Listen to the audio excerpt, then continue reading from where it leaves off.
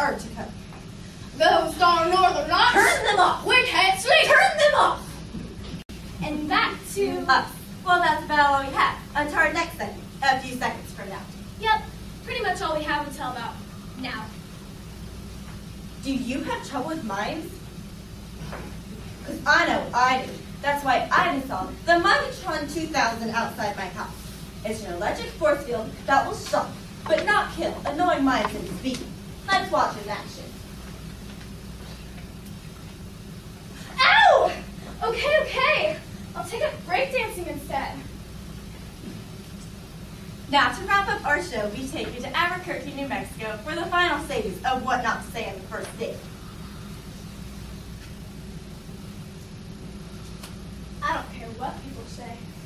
I think saying that is sexy. Some women, they think toupees are sexy. You don't mind armpit hair, do ya?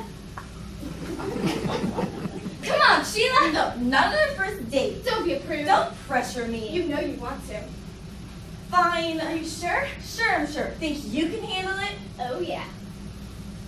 Go down! Not gonna happen. Yo, mama! No meet your toe. I was horseless champion in junior high.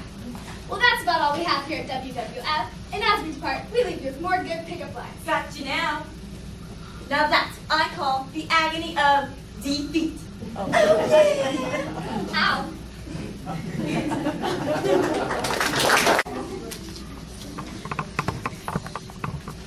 As my fellow classmates say their ultimate farewell to the gymnasium, to their parents, and to the teachers, I would like to do the same. Graduation by Gary Babushka. Some of my classmates, like me, will continue on to college to pursue a career in biotechnical applications and counterterrorism courses. But others, like Barney Smith and Bessie Johnson, will continue on their pathway to fast food disbursement. Barney and Bessie, voted best couple. Best couple of what? Couple of cheeseburgers hold the mayo. You guys all know Bessie, right? Achoo! Sorry, but I'm allergic to smart people. Oh, Bessie, that was about as funny as your final algebra grade. I bet you're wondering why I'm lashing out at Barney and Bessie. Well, it's because Principal Roberts told me to include everybody. Not just the jocks, not just the smart people, and not just the popular people. So, Mr. Roberts, it's a matter of principle. But Barney and Bessie, they weren't smart kids. They weren't popular, they weren't jocks. They were just simply bad kids. What's Bessie's idea of success? A large vanilla shake. What's Barney's idea of success?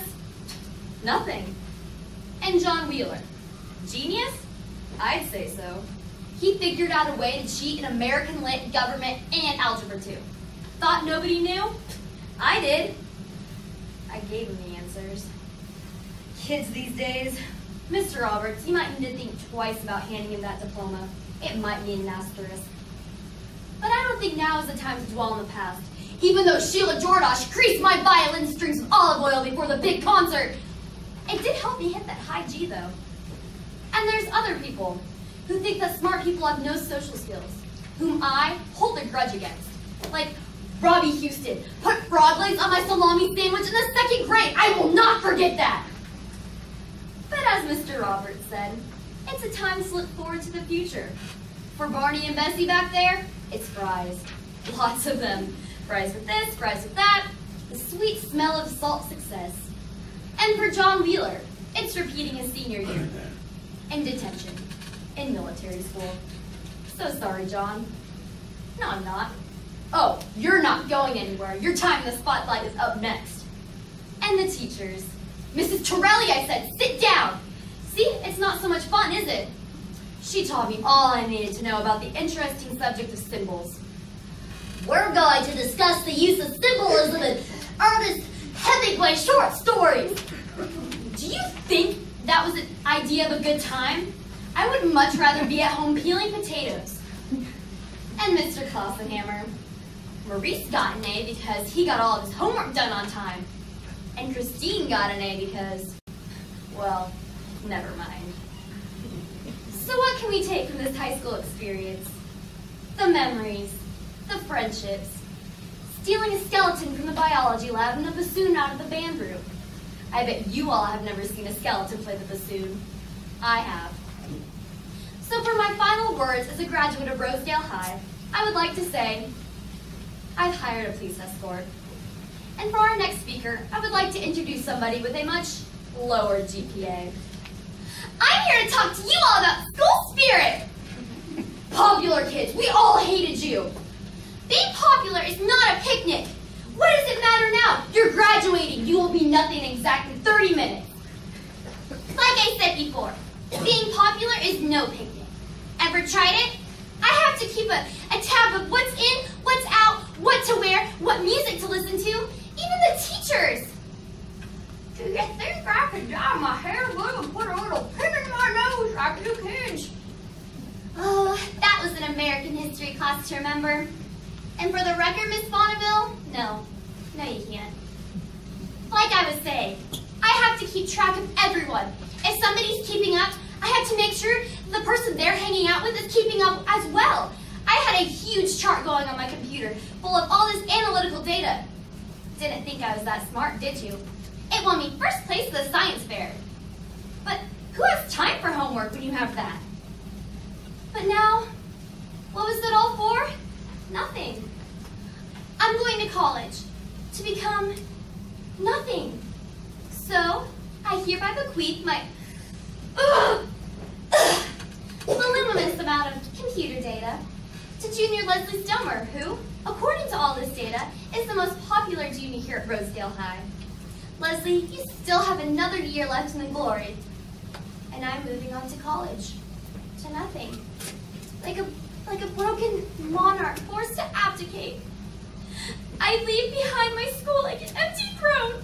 So parents, teachers, and students, I've peaked, and I know it.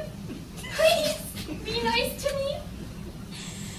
Before my emotions consume me, I would like to introduce our final speaker. Principal Roberts, we got along, didn't we? I mean, I was in your office more than you were. Okay, that's enough. As the principal here at Rosedale High, I would like to say we can do much better. Mrs. Torelli, she taught me everything I need to know. Everything about symbols. A symbol of what, you might ask? Higher learning, that's what. And Mr. Klausenhammer? Well, you're being terminated. Please leave your cap and gown and go. Now. So parents, you're probably wondering why we speak the speakers we do here at Rosedale High. Because we want to give the uncoordinated a chance, the unpopular a chance, the metalheads, the smokers. My daughter will be graduating here at Rosedale High next year. If I have anything to do with it, she will be up at this podium with her daddy. She already knows everything she needs to know. Just ask her. Not where I can hear, of course. So parents, we're changing what it means to graduate from Rosedale High. What it means to wear our colors. What it means to go to school here. And you're probably all wondering, why don't they have tougher graduation requirements? Because we don't want them back. So to the future generation of Rosedale, the teachers and the students, I hereby give you my humble and wholehearted apology. Thank you. Denial is a strong tool when dealing with the loss of a loved one, but denial does not bring back the lost love. Grace, by Richard Lockwood. You hear that, Ben? It's stormy out there tonight. Do you hear the rain? Listen. I imagine she hears it. The rain and the wind. And the fingers at the windows. Tapping. I imagine people in their rooms on nights like this. I imagine them alone, listening to the rain. It's good to be inside on a night like this, isn't it, Ben? It's good to be inside with the lamp lit and the one you love near you. Because the walls keep the storm out, and the lamp keeps the dark out. And the one you love protects you from all the other things that could get in. I imagine she hears the rain.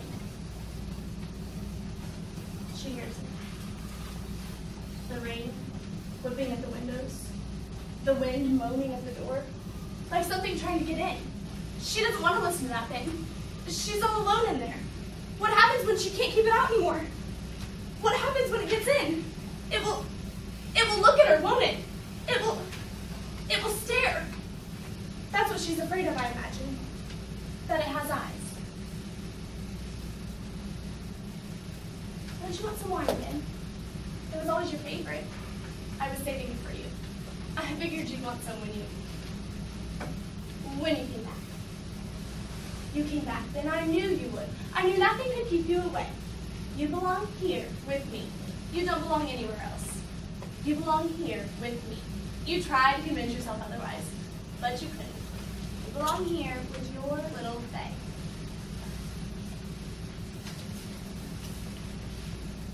She sits all alone in that room.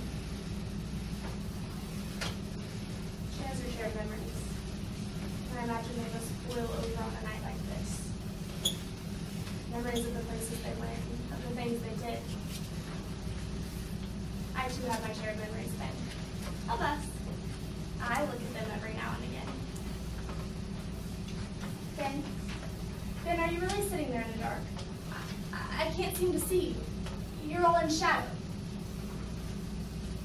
It's okay, Ben. You can sit in the dark. I don't mind. So long as you're there. And you are there. I mean, I can see you. Well enough. Ben, you mustn't ever leave me like that again. Stay with me, always in that room. Is that really so much to ask? Ben, let's drink to something like we used to. To love. Shall we drink to love? No? Not to love? To your return. Let's drink to your return, Ben. To the tides that brought you back. To your return. No? Not to your return? Ben, let's drink to something like we used to. It doesn't have to be anything important. We can take something no one ever toasts and drink to it. What do you think? A spade? A handful of earth? A woman in black? They would do, wouldn't they? I'm sorry, I read on and on. You don't mind, do you, Ben? A human voice is comforting. Even if it's your own. If I don't speak it, I hear the storm. She too has her voice, Ben. It's all she has. I imagine she sits all alone in that room, listening to the rain. She must speak to keep it out. I saw her at the funeral, did I tell you? I hardly recognized her.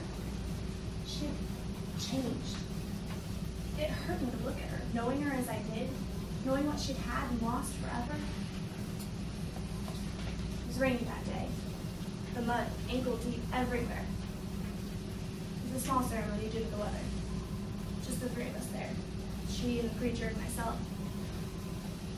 He hardly looked at me. It happened like a cruel joke thing. He'd been drinking. He dropped his crucifix and lost it in the mud. He never found it again. He just mumbled a few words in Latin and walked off into the rain. And then it was just the two of us there. And I stood by her and held her arm. Together we threw a handful of mud into the grave. That was the last I saw of her. She loved him so dearly then. It'd break your heart if you knew her as I had. She pretends. She pretends he's there with her. I mean, maybe she can see him in a way. Not clearly.